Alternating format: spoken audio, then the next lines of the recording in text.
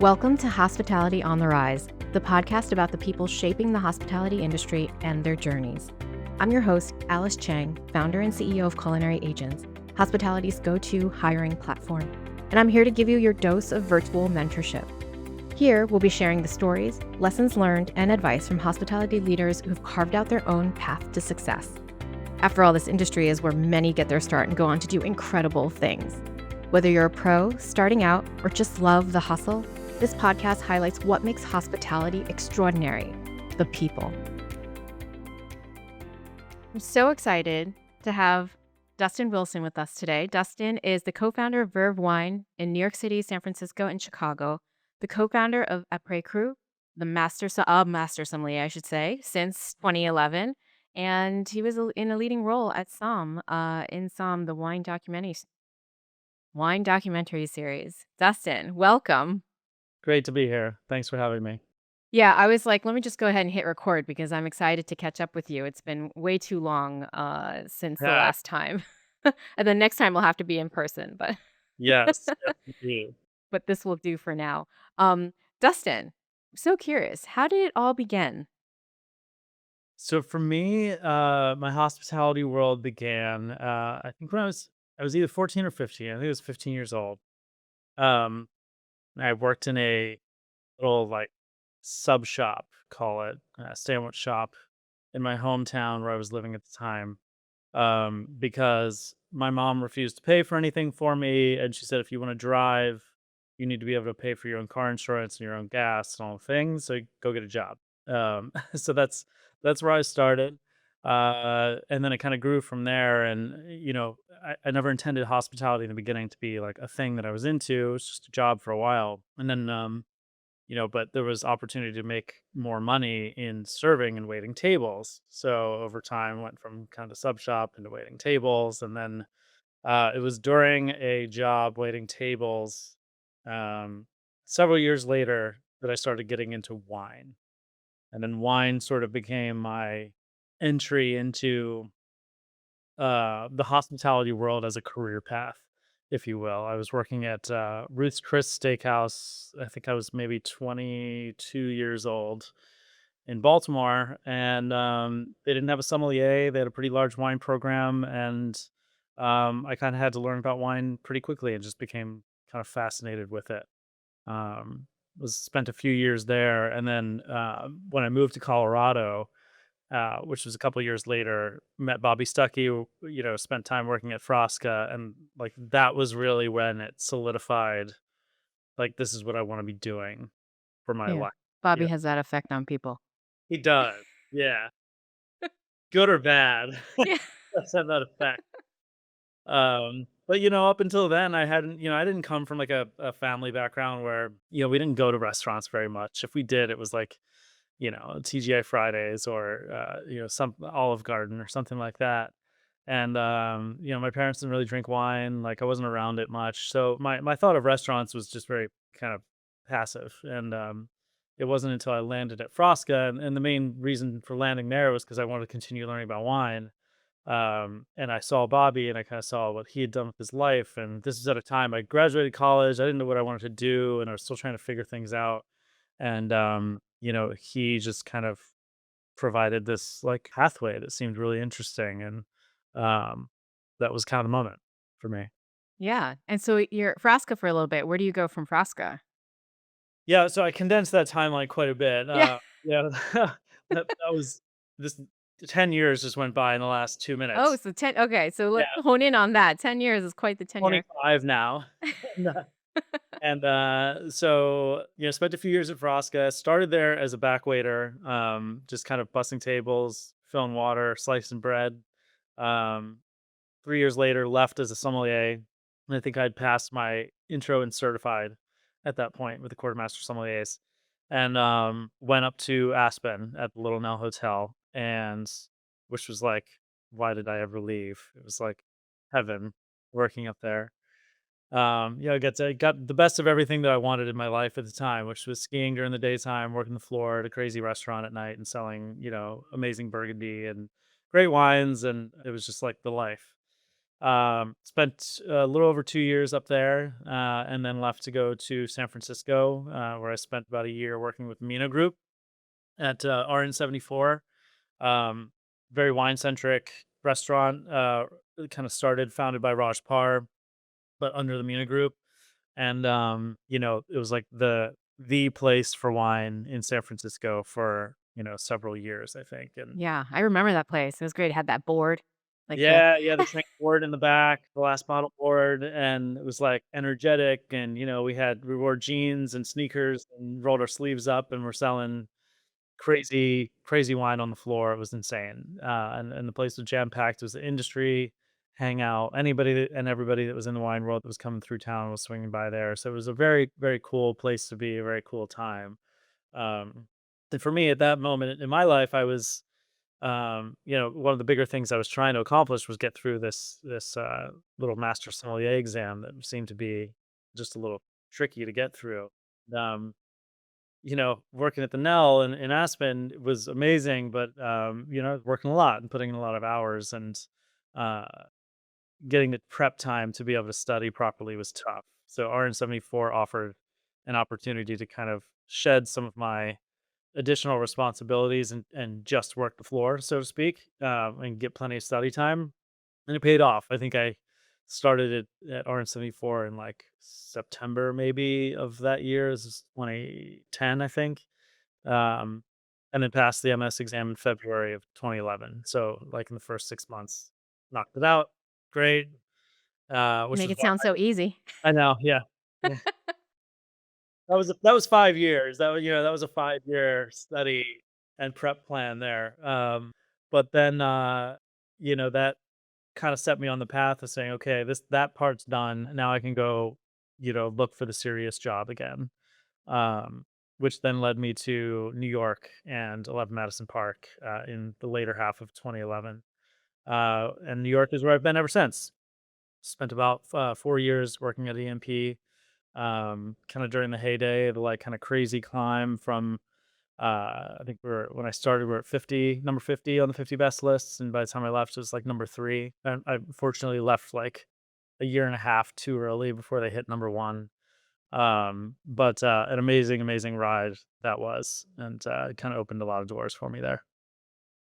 Yeah, well, I'm gonna take a step back because for those who would be listening and are thinking of or dreaming of, or one of their goals is to pass the Master Som uh, test and all the things that lead up to it. How did you find time to juggle working and studying? And do you have like one tip to share? I don't, I don't know. I think if I'm anything, I'm very hard headed and very like if I decide I really want to try to do something, I just will just really do it. So I remember early days, writing down like my schedule. This before I would just keep my whole calendar on my phone, like we all do now. But like carving out the time. Okay, when am I going to study? What am I studying? What's my syllabus? Like had it all mapped out. When do I need to be at work? Like my whole day was planned top to bottom, every day, all the time. And essentially for years on end, it was if I wasn't working, I was studying. And that's And just you probably found a network of yeah, and like people to support. you end up finding that group of people who you're around all the time. Everybody's doing the same thing. So, you know, when I'm not studying or working, we're in a tasting group, we're meeting up to blind taste with each other, or we're hopping on Skype or something at the time and doing like, video uh quiz sessions, things like that, or getting together and just like quizzing each other. Um so it was very much like the culture of the people that I was around at the time that really helped to like keep that in place, because I think if I was trying to do it solo, it would have been really hard. Um, so it was very intense focus for many years, and just kind of not thinking about what else I could be doing with my time. Yeah, so it sounds like determination and focus Yeah, combined with hard-headedness. there's no easy path to it. You just gotta Yeah. put your head down and just do it and grind. And it's a grind. But then one day you wake up and it's done. Yeah, and you can move on. You can move up. And I remember feeling that weight lifted, and it was like, whoa, the day I passed, you kind of feel this, you think that it's going to feel a certain way. You kind of walk in being like, oh, my whole life is going to change the moment I pass this thing. And then I pass, you're like, "Ah, okay." So, you have your little champagne toast and you do the thing and everybody's excited, but then like 5 minutes later, you're like, "All right, well, shit, now what?" Like, Let's what go what am back I gonna have for lunch? let's go back to my job now? Like, what is this? Yeah. What's happening? I don't feel any different. Nothing looks different. But then obviously things start to kind of change and evolve over time. So, Yeah, and then you just continue. And then you set the next goal and you crush that yeah, milestone, and you keep doing that, right? you That's just the keep beauty doing of it. it. Yeah. So speaking of which, so you're EMP, you're in New York, you, have left EMP and you're off doing something else now, Yes. um, education. Take me through kind of the times between that and Verve. In between leaving EMP and starting Verve, oh gosh, there wasn't a whole lot interesting going on, to be honest. Verve, I started having the idea for Verve while I was still at EMP. Um, Met my business partner while on a wine trip while I was still at EMP. So we started brainstorming the idea and sort of putting some thoughts around it. And it was getting to the point that between kind of building the business plan and putting like projections together and trying to look at leases and spaces and try to figure out where we're going to do this thing and how to actually get it going and searching for investors, etc. It started to become a real time suck and working anywhere from 12 to 16 hours a day at the restaurant, trying to do that on the side becomes really tough. So at a certain point, it was like, okay, if I'm going to do this, I need to just commit to it. And that was when I decided to leave the restaurant. So basically, when I left, I didn't have anything else lined up. I had a little nest egg to support myself for a time. I ended up taking a couple of like sort of side hustle wine rep gigs, selling some wine for distributor books too. The folks that I knew in the industry, just for a few extra dollars here and there, but basically spent all my free time, working on getting Verve ready to go and getting it lined up, which we took about call it about a year or so from when I left TMP. So it was just a year of prepping and preparing for the business and the launch and how to get it going and finding the space and the investors and all that kind of stuff.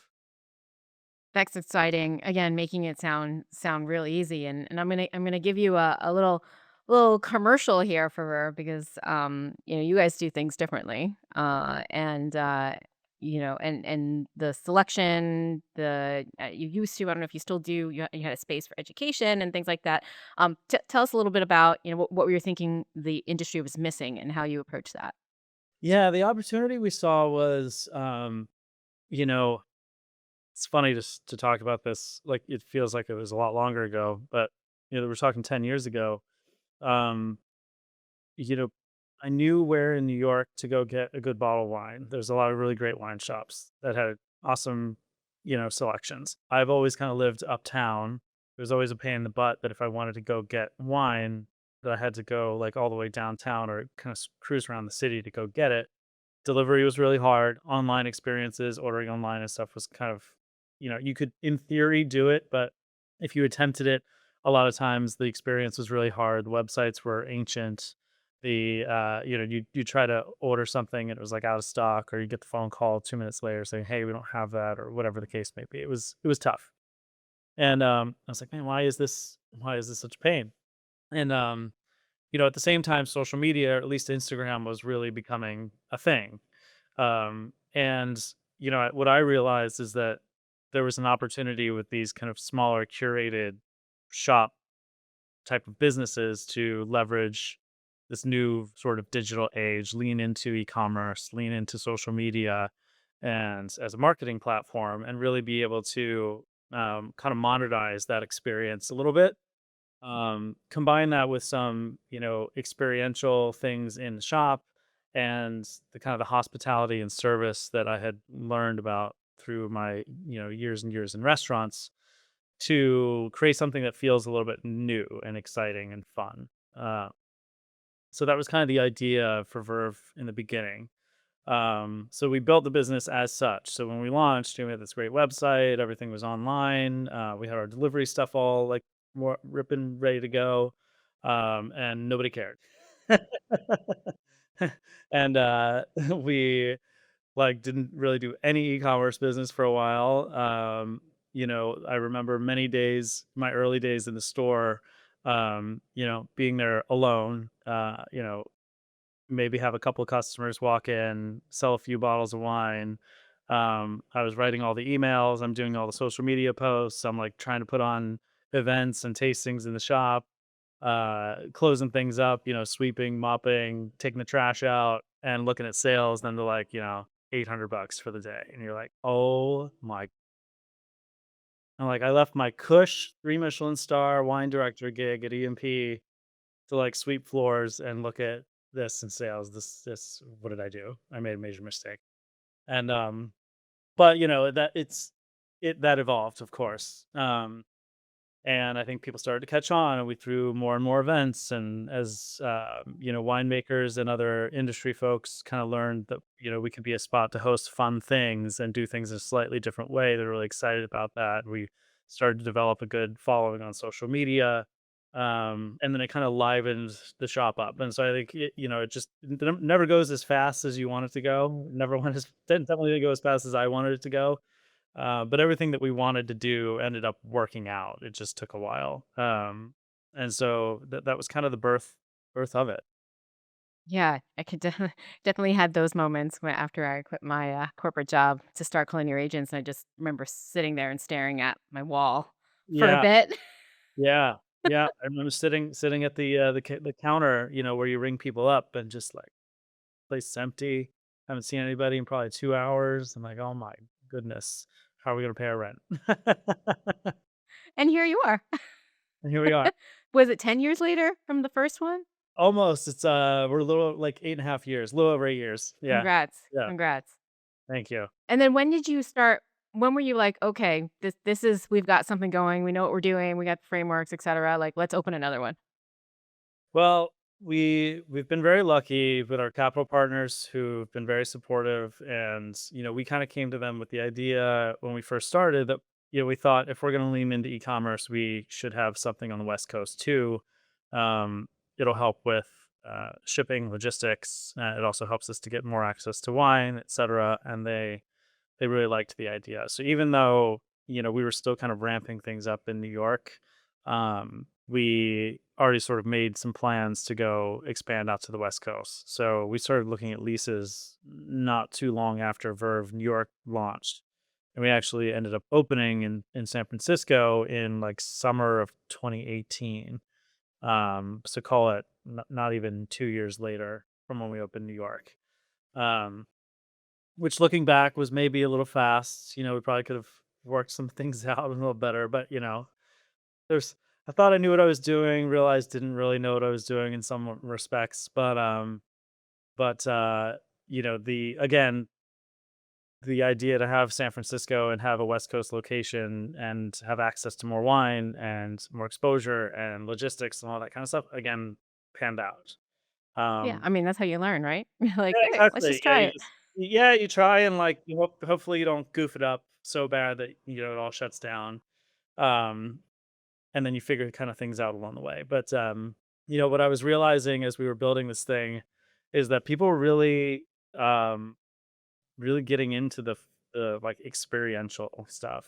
So we were having so much success in New York. This is still really before e-commerce started to actually take off because that whole thing was just I think I didn't understand digital marketing well enough, as well as we were like growing our following on social media and things like that. Just getting people to click through to a website and buy things online is it's a different game than getting them to come to an event or show up at a store or buy things in person. Um, and so we were still figuring out that game. And but what was resonating, what was doing really well are these in-person things where we had winemakers or I was putting on a tasting or we're doing parties that they're much more lively and fun. They were a lot less of the like studious sit down lecture style tastings, which we would do from time to time, but it was more like, how do we make really good wine just fun and get people who like to drink wine but are maybe a little intimidated to come out and hang out and taste these things and feel welcomed. That was like the big thing. And it really resonated. And so we kind of built San Francisco around that idea. So if you look at the store, the way it's designed, it's got the big table in the middle of it. And we hosted a lot of tastings and events and things there. And then, we ended up coming across an opportunity in Chicago for a new location where, with a new development that's, is right smack in the middle of Lincoln Park and, which is a great neighborhood and kind of really surrounding an area, I think an area that was very beneficial to us. And we knew we had a decent following in Chicago because we get people trying to order from us in Chicago all the time, but we couldn't get wine up there because of shipping regulations and whatnot. It's like, all right, well, maybe let's get a store up there. And so we explored that. And the whole idea for Chicago then was to take that idea of experiential and just like really blow it out, like really lean into it. So that's our biggest location. The idea in the beginning was to do a full scale restaurant in the space as well as retail, which you can do up in Chicago, and have that kind of full circle experience for guests. So you can come in, you can learn about wine during the tastings and the events that we throw.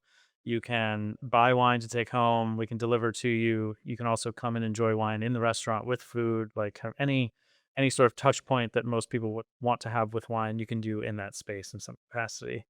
So that was kind of the idea when we launched Chicago, and you know, some of that has panned out and some of it hasn't. we're still we're still learning. We're Well, I still mean, I've been fortunate to actually visit all 3 spaces, and they are different, and they're all special in their own way. yeah. What would you say, since you have multi-city locations, like, different aspects of this, just say one of your learnings were for, building and expanding the business?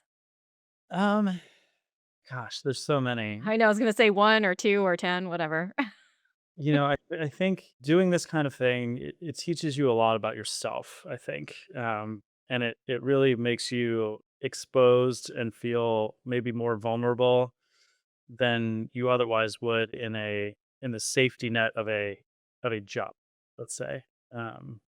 Because it all kind of relies on you. The whole success of the thing or the failure of the thing sort of relies on you. Um, you know, Especially as you start to push the boundaries of your comfort zone and what you're good at and what you're not good at, inevitably you're going to make a lot of mistakes. Some of those mistakes are viewable by either the public or by your team or your investors or whoever the people are that are around you, and you kind of need to figure out how to be okay with a lot of that. And I think that's a learning that I think I didn't necessarily walk into it with, but it's a very humbling experience.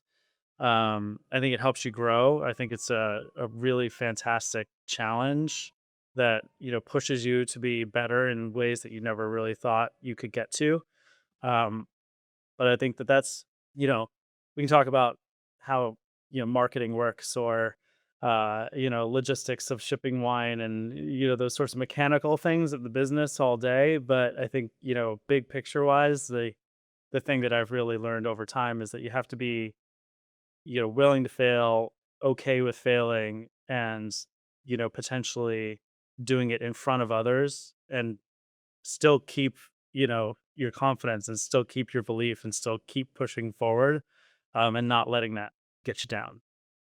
Yeah, That's I think that's great advice, especially because, I mean, you are still and you were, very much in the spotlight of, not just hospitality, but also you were doing some television work. The SOMM documentary was very popular, is very popular, and it had several different, seasons. In a way, you have this, like, public persona that probably adds another layer of pressure, if you will.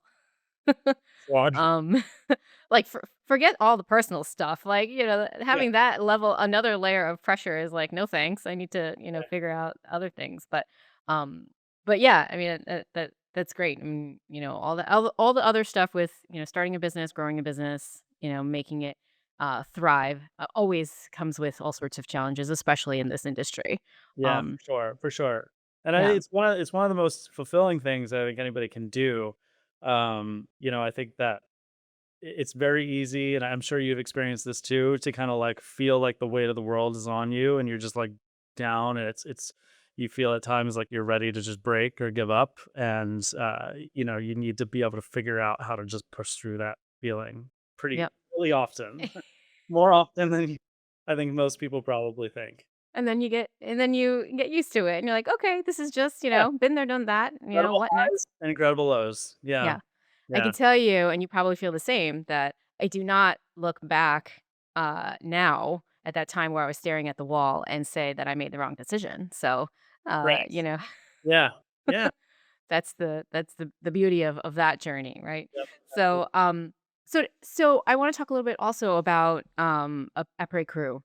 Yeah, You have your businesses, and you must, now you're like, well, I need to get more challenges under my belts, right? You must have all this free time running your right. businesses and Upper Crew, which, My wife thinks I'm insane. yeah, and you have a family. Let's not talk about that, but just keep piling it on. Epic Crew, and I love you all and Sav and everyone, and I've chatted with him, and we work very closely with Epic Crew, as you know. Yeah. Tell us a little bit about how that came about. So the story is it was middle of COVID. Um and this is where like, you realize just relationships are so important in everything that you do.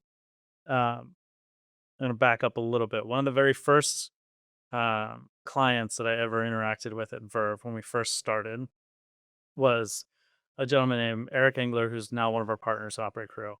Uh he lived like right down the street from the store. He swung into the shop, was asking a few questions to like one of the other employees that day. I think I was like in the middle of writing an email or something, and they were asking about Burgundy, and it was like beyond what that person could help with. So I popped up and started helping him, and he bought some great wine. Shook hands. We got to know each other a little bit. Anyhow, fast forward, he became a very good client of the store, but also became a good friend and a great business mentor over time. Um, and so, fast forward to 2020 and COVID hits and the world's shutting down and everything's going on. And he is a lover of great wine, but he also loves to cook, is an avid chef. And I even remember hooking him up with a chef for his wife, who I'm sorry, his wife wanted to get him a chef for his birthday one year to like take cooking lessons. So I helped facilitate that. So he loves to cook. He's really into restaurants. He's always kind of wanted to get into the restaurant industry, but didn't really know how or when or what to do. And anyhow, COVID hits. He calls me up and he's like, "Hey, this is kind of a mess. Everything's like kind of crumbling. There's probably some way to jump into the industry now and help and like build something that could be interesting and thrive like coming out of this." And, he's a super smart guy, and I've just, would jump at the chance to work with him on anything. And I was like, you know what? Let me give my buddy Sabato a call. Sabato's like the best operator, restaurant guy that I know.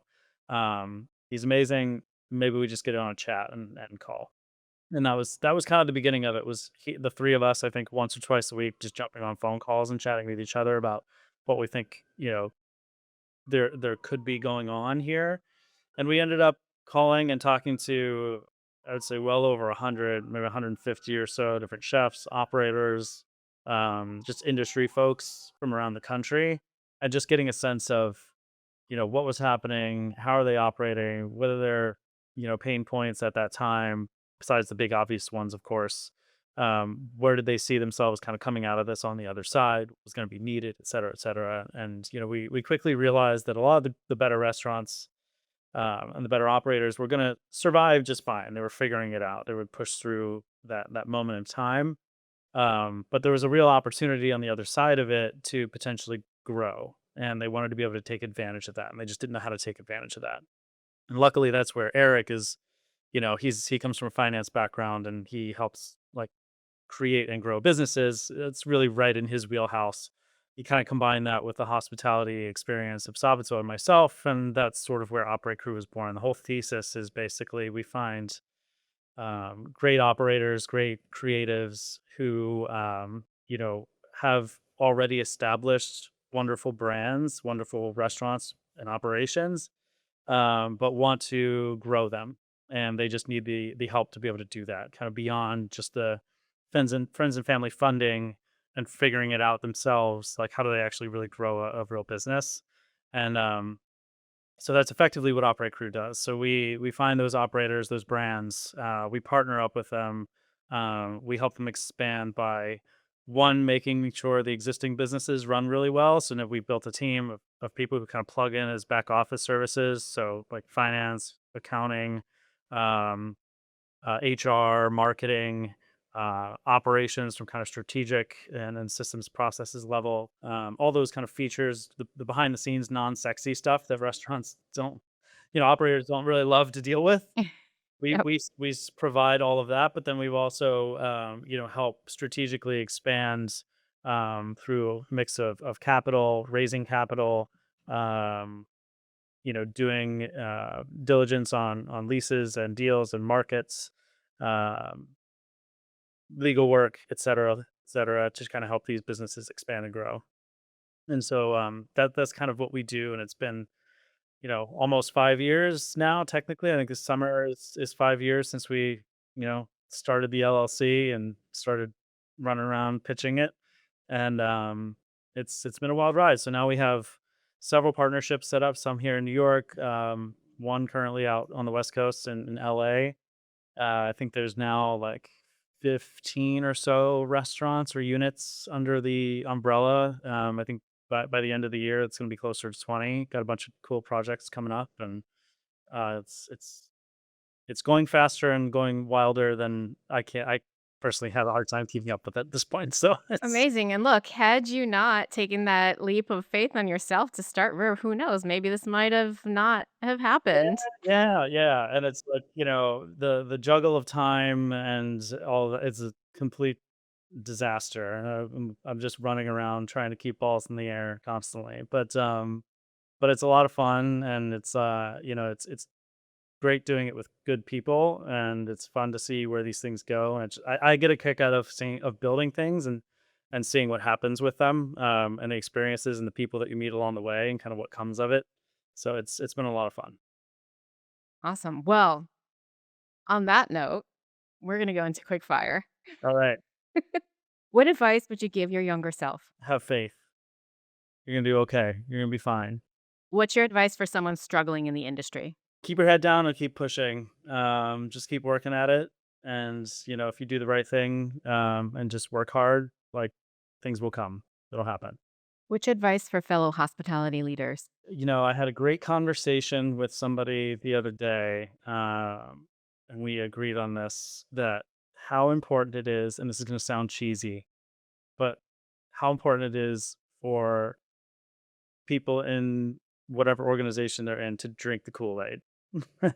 and and get your team to drink the Kool-Aid.